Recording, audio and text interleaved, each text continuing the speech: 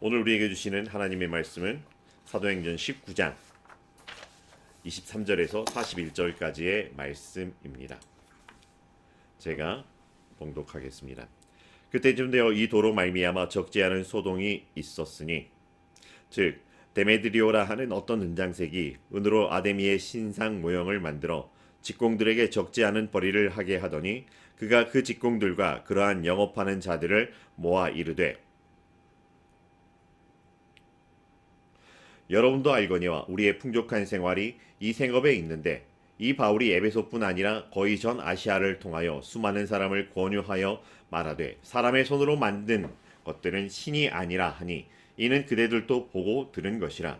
우리의 이 영업이 천하여질 위험이 있을 뿐 아니라 큰 여신 아데미의 신전도 무시당하게 되고 온 아시아와 천하가 위하는 그의 위엄도 떨어질까 하노라 하더라. 그들이 이 말을 듣고 분노가 가득하여 외쳐 이르되 크다 에베소 사람의 아데미여 하니 온 시내가 열한하여 바울과 같이 다니는 마게도냐 사람 가이오와 아리스다고를 붙들어 일제히 연극장으로 달려 들어가는지라. 바울이 백성 가운데 들어가고자 하나 제자들이 말리고 또 아시아 관리 중에 바울의 친구된 어떤 이들이 그에게 통지하여 연극장에 들어가지 말라 권하더라. 사람들이 외쳐 어떤 이는 이런 말을 어떤 이는 저런 말을 하니 모인 무리가 분란하여 태반이나 어찌하여 모였는지 알지 못하더라. 유대인들이 무리 가운데서 알렉산더를 권하여 앞으로 밀어내니 알렉산더가 손짓하여 백성에게 변명하려 하나 그들은 그가 유대인인 줄 알고 다 한 소리로 외쳐 이르되 크다 에베소 사람의 아데미여 하기를 2시간이나 하더니 서기장이 무리를 진정시키고 이르되 에베소 사람들아 에베소 씨가 큰 아데미와 제우스에게서 내려온 우상의 신전지기가 된 줄을 누가 알지 못하겠느냐. 이 일이 그렇지 않다 할 수 없으니 너희가 가만히 있어서 무엇이든지 경솔히 아니하여야 하리라.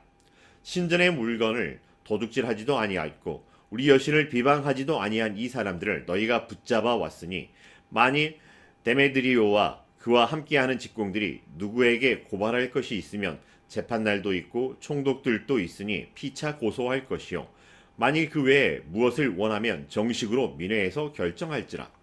오늘 아무 까닭도 없는 이 일에 우리가 소요 사건으로 책망받을 위험이 있고 우리는 이 불법 집회에 관하여 보고할 자료가 없다 하고 이에 그 모임을 흩어지게 하니라. 아멘.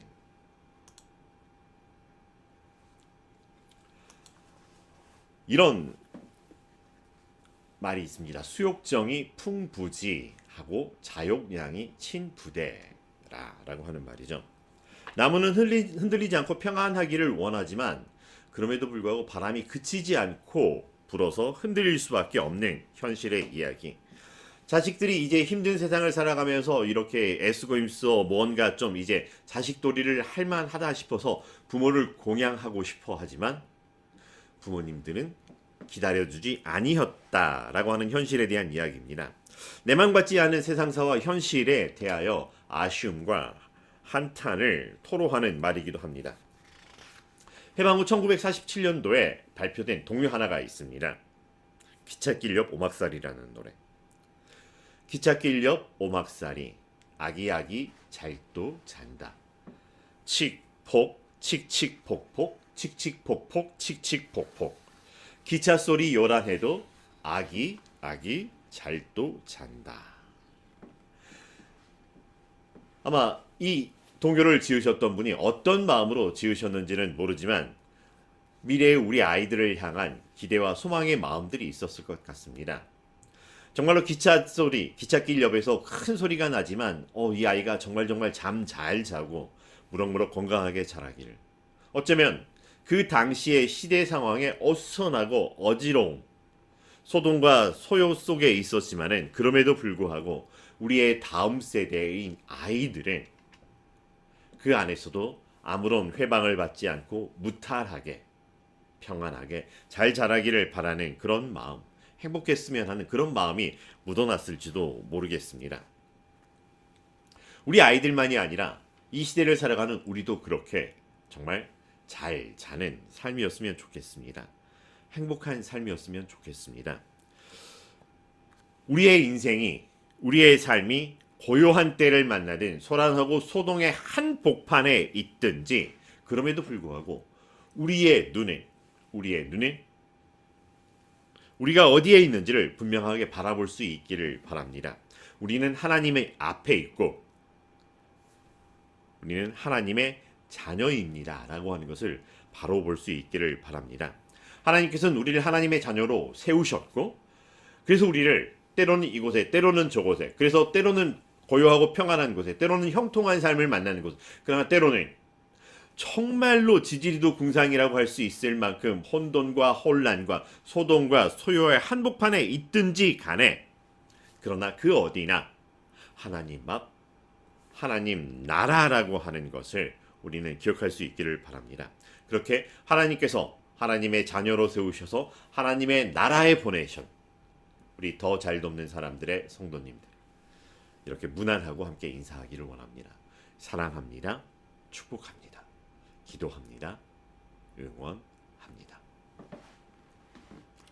오늘 말씀은 소란하고 소동이 일어나고 있는 곳에 사람들의 이야기를 전해주고 있습니다. 여러분 만약에 우리가 회사를 운영하는 사람이에요.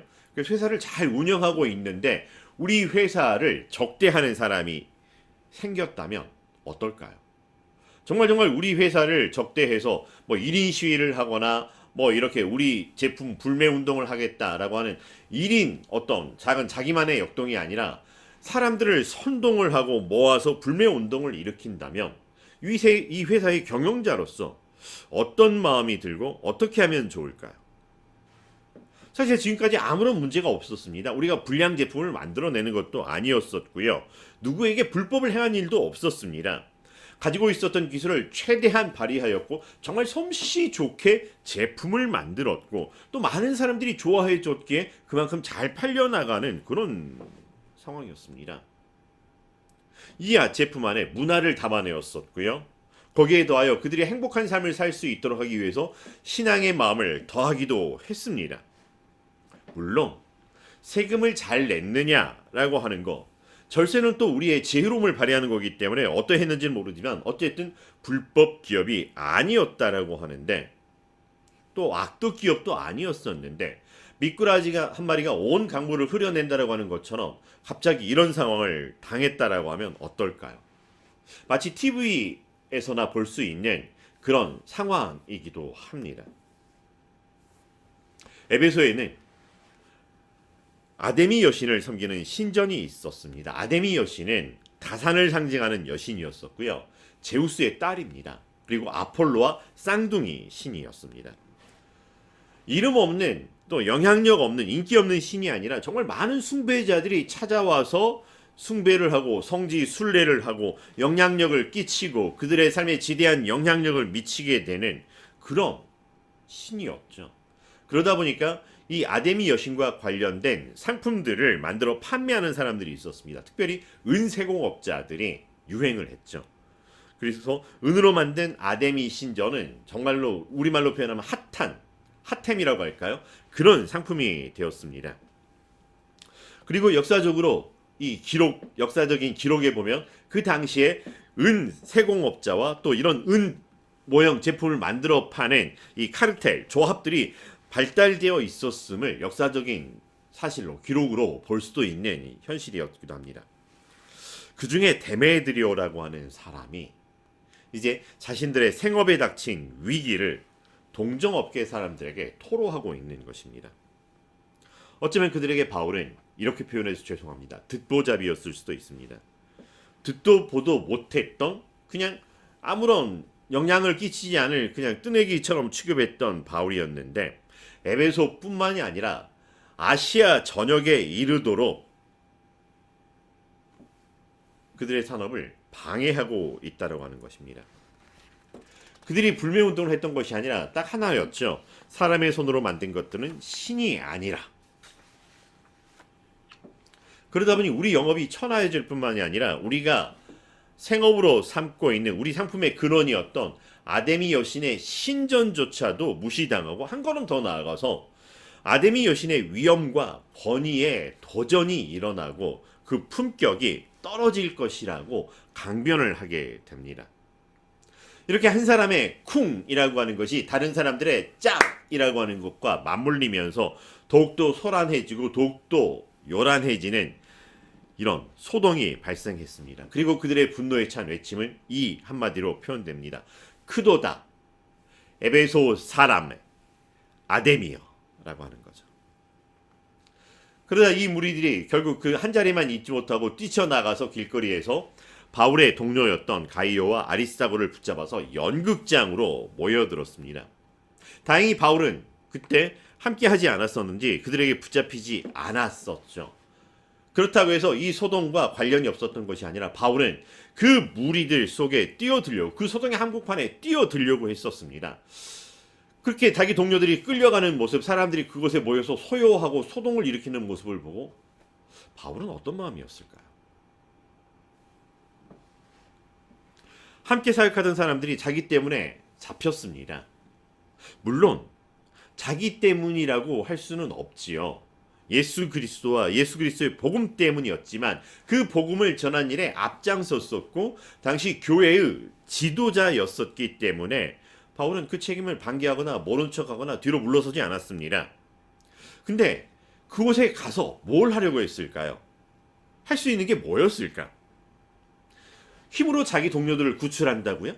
아니면 그가 말에 영향력을 발휘해서 그 사람들을 진정시켜서 그 사람들을 설득해서 그 사람들에게 하나님의 하나님에 대해서 선포해서 그들을 데리고 오려고 했었던 이런 것이었을까요? 사실 어느 것 하나도 제대로 할 수 있을 만한 상황이 아니었습니다. 이미 군중 심리에 휩쓸려 버렸던 사람들은 이런 사람들의 자초지정을 들어보거나 당신이 누구군요라고 귀 기울여 들어볼 수 있을 만한 그런 상황이 아니라고 하는 것입니다. 묘하게, 정말 묘하게도 지역 공동체성이 자극되었습니다. 그들의 신앙이 건드려졌습니다. 그들의 문화적 자긍심을 건드리는 일이 되어버렸다라고 하는 것입니다.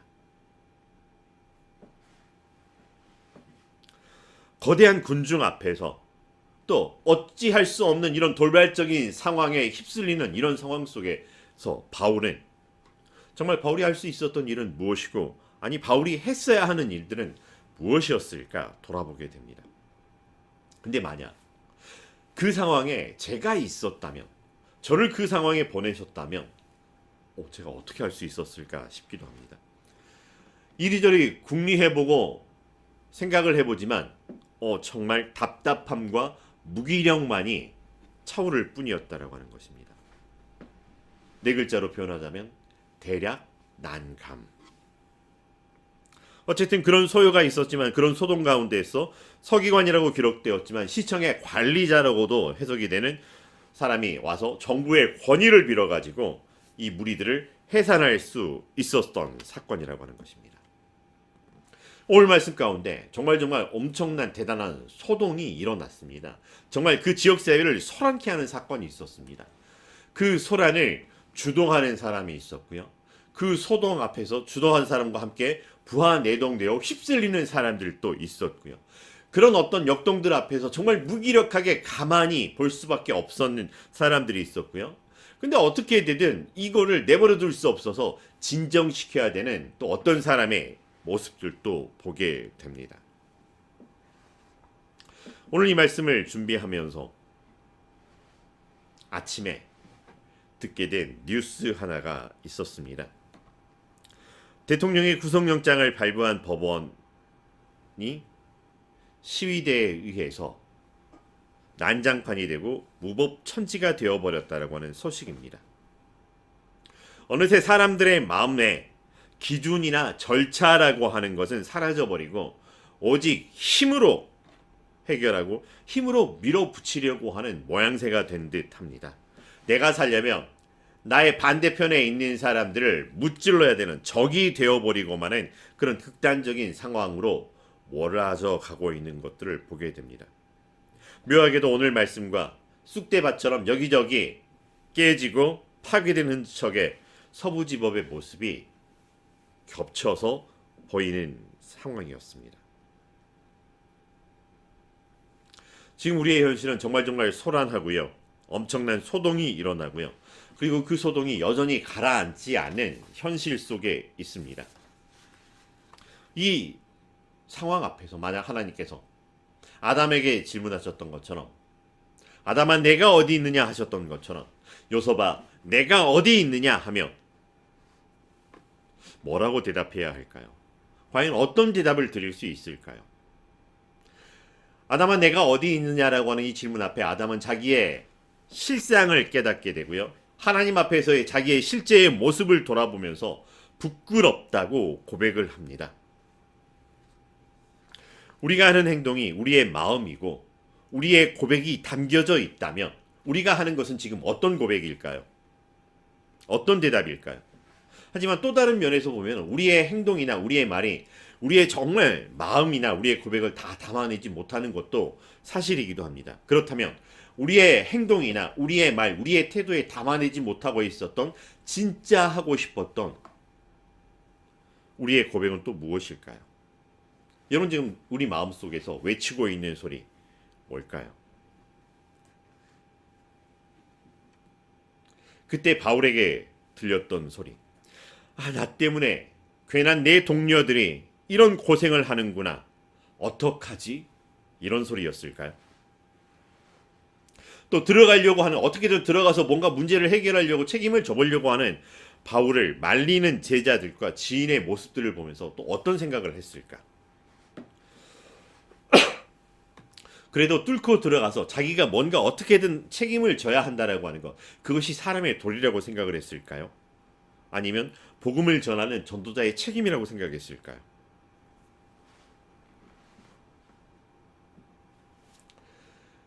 일제강점기 시절에 한국교회가 신사참배를 의결했던 적이 있었습니다.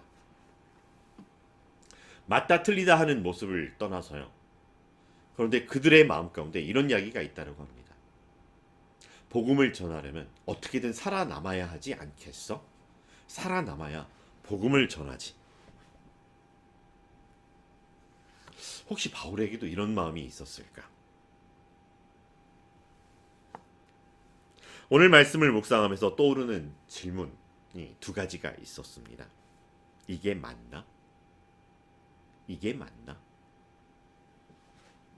그리스도인이 우리가 전하는 복음이 세상의 평안과 위로가 되어야 하는데 지금 이 상황이 맞나? 라고 하는 질문이죠. 이렇게 소란케 하고 이렇게 소동을 일으키고 이렇게 분란을 일으키고 이렇게 사람들의 마음을 극도로 몰아가고 있는 이게 맞나? 근데 그렇다면 반대로 내가 기대하고 있는 나의 믿음이 또 나의 복음이 내가 믿은 대로 세상을 위로하고 세상에 소망을 주고 세상을 평안케 하고 있나? 라고 하는 질문도 드려봅니다. 우리 동네에 교회가 세워지는 것이, 우리 건물에 교회가 세워지는 것이 사람들에게 기쁨이고 소망이고 행복한 일일까? 만약 우리 옆집에 교회가 세워진다면 어떨까요? 반가울까요? 실제로 그렇지 않았던 모습들을 많이 보게 됩니다. 교회가 세워지니까, 교회가 개척하려고 하니까 그 옆집이 플랜카드를 걸고 반대를 합니다. 지역 공동체가 발전을 위해서 재개발을 합의했지만 알박기를 합니다. 교회가. 그러면서 어마어마한 비용을 청구합니다. 어느 한 곳의 이야기가 아니라 최근에 또 어느 곳에서 들려오고 있는 이야기입니다. 더 많은 보상금을 달라라고 하는 것입니다.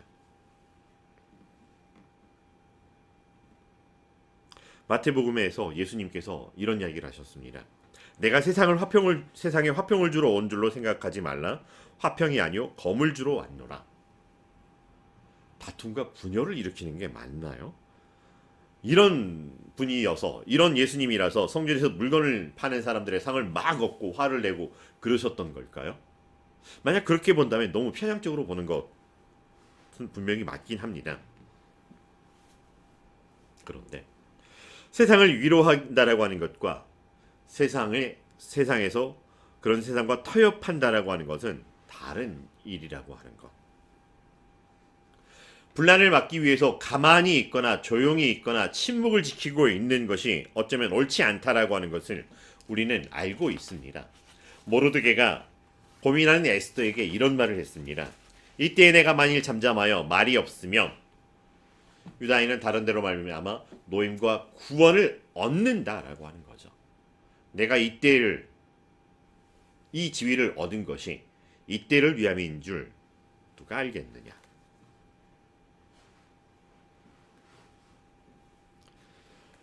문제가 발생했었을 때 교회 안에서 일처리하는 모습들을 간혹 보게 됩니다. 교회에 덕이 안 되기 때문에 잘못한 것을 드러내면 안 된다라고 하는 것입니다. 목사들이 아무리 잘못을 해도 이것을 드러내면 세상 사람들에게 덕이 안 되기 때문에 감추어야 한다라고 하는 것입니다. 세상을 시끄럽게 하는 것은 복음을 방해하는 것이고 덕이 안 되라는 것입니다. 그들의 말은 그들의 경험과 그들의 지혜와 식견을 통해서 권하고 있는 말이고 그들에게는 어쩌면 지극히 당연하고 맞는 말일 수 있습니다. 하지만 과연 하나님께서 주시는 말일까? 하나님께서 내가 어디에 있느냐라고 물으시는 말 앞에, 질문 앞에 하나님 그래서 내가 이런 것 때문에 지금 여기 있습니다라고 담대히 말할 수 있을까?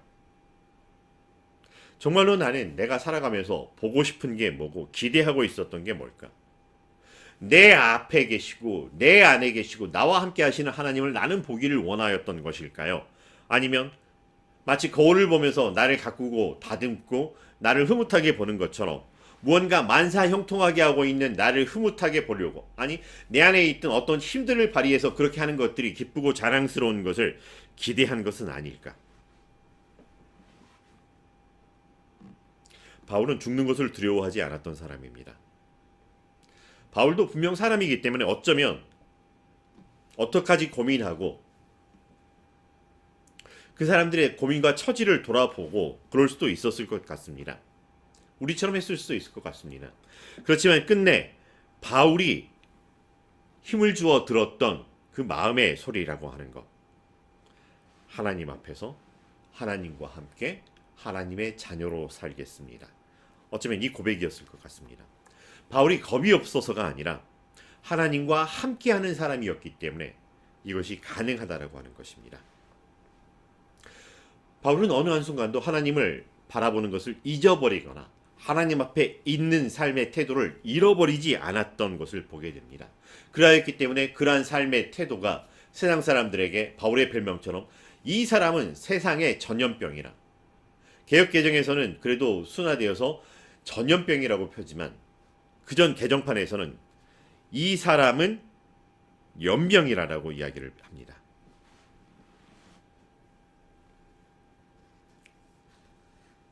그가 하나님 앞에서 하나님과 함께하였고 하나님의 자녀였기에 베풀 수 있었던, 보여줄 수 있었던 영향력이고 그것을 바라보는 사람들이 그렇게 고백할 수 있었다라고 하는 것입니다. 아니 바울 이래도 되나? 이게 맞나 싶었던 상황입니다. 당장 뛰어들어가서 뭔가 어떤 조치를 해야지. 쓱 빠져 있어? 이런 질문을 했습니다. 바울 모습 이게 맞나? 그렇지만 바울의 대답은 바울이 그의 삶에서 보여주고 있었고 들려주고 있었던 것입니다. 비겁하게 자리를 피하는 것이 아니라 그는 그 상황에서 하나님 앞으로 나아갔고 하나님의 음성을 듣기 위하여 귀 기울였다라고 하는 것이죠. 제자들의 말을 들어서 좋은 게 좋은 거니까로 물러섰던 게 아니라고 하는 것입니다. 어쩌면 그 자리에서 돌을 맞아 죽더라도 나아가고 싶었던 마음, 이러나 저러나 하나님 앞에서 하나님의 자녀입니다. 우리는 아직도 끝나지 않은 소돔과 소요 앞에 있습니다. 서로 자기가 맞기 때문에 상대방이 틀렸다고 외치고 있습니다. 그러면서 배수의 진을 치듯이 여기서 한 발짝이라도 물러서면은 물에 빠져 죽게 되는 것처럼 그런 극단적인 모습들을 보이기도 합니다.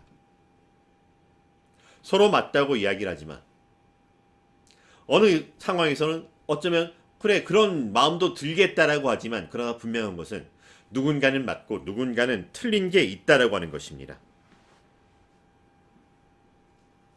그들이 선택했던 그 결과를 어쩌면 이제 책임져야 하는, 책임이 아니라 그 결과를 담당해야 하는 때를 맞이할 때도 있습니다.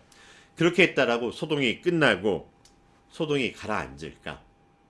어쩌면 일단락을 맺을 수는 있겠지만, 그러나 이 소동의 한복판에서 혹은 이 소동이 끝나고 살아가야 되는 우리 그리스도인의 입장에서 우리가 해야 할 건 정말 뭘까? 먼저 무엇이 회복돼야 되고 무엇을 해야 할까? 오늘 말씀을 보면서 저는 여러분에게 이렇게 권면합니다. 하나님께서는 소동의 한복판에 있는 우리를 하나님 앞에서 하나님의 자녀로 세우셨습니다. 이것을 기억하기를 간절히 바랍니다. 그래서 우리가 먼저 이 사태 앞에서 어떡하지라고 하는 고민이 당연히 들겠지만, 이 상황 앞에서도 그러나 하나님 앞으로의 우리의 자리를 먼저 고백하고 인정하기를 바랍니다. 하나님 앞으로 나아갔기에 하나님의 하나님 되시는 그 주권을 고백하고 인정하고 찬양할 수 있게 되기를 바랍니다. 하나님 되시옵소서. 그리고 그 하나님 앞에서 하나님의 자녀로 세우신 우리를 돌아보기를 바랍니다. 나는 정말 하나님 앞에서 하나님의 자녀입니까? 하나님의 사람입니까? 아니면 하나님 앞에 있으면서 호가호위하듯이 내 마음대로 내 소견에 오른 대로 살아가고 싶은 독불 장군입니까? 어쩌면 이 한 주간도 여전히 소동과 소요와 소란의 소식들이 우리를 들썩이게 할 수도 있겠지만, 그러나 가장 먼저 하나님 앞에서 하나님의 자녀로 세우심을 받았으니 하나님 되시옵소서. 하나님께서 나를 보내신 그 곳에서 하나님의 자녀로 하나님의 선하시고 기뻐하시고 온전하신 뜻에 순종하겠습니다가 먼저 고백되고, 그렇게 순종되는 우리의 삶 되기를 바랍니다. 그래서 사람들이 교회 다니는 것들 때문에 일이 망쳐졌다가 아니라 그들을 통해서 사시는 하나님의 역사가 우리와 함께하였구나라고 하는 찬송이 이루어지는 이 한 주간 되기를 주의 이름으로 축복합니다. 기도하겠습니다. 사랑과 은혜가 충만하신 여호와 하나님, 우리가 무엇이 간데 이 혼란과 이 혼돈의 시대 속에서 이 소요와 이 소동의 한복판 속에서도 우리를 붙들어 주시고 우리를 하나님 앞으로 세워 주시고 하나님의 자녀로 살아가게 하여 주셨는지요.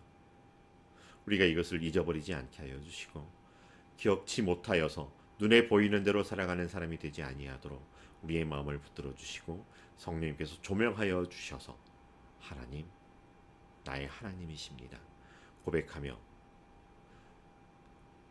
우리가 주님 안에 주의 말씀이 우리 안에 거하는 이 한 주간의 삶 되게 하여 주시옵소서. 예수님의 이름으로 기도합니다.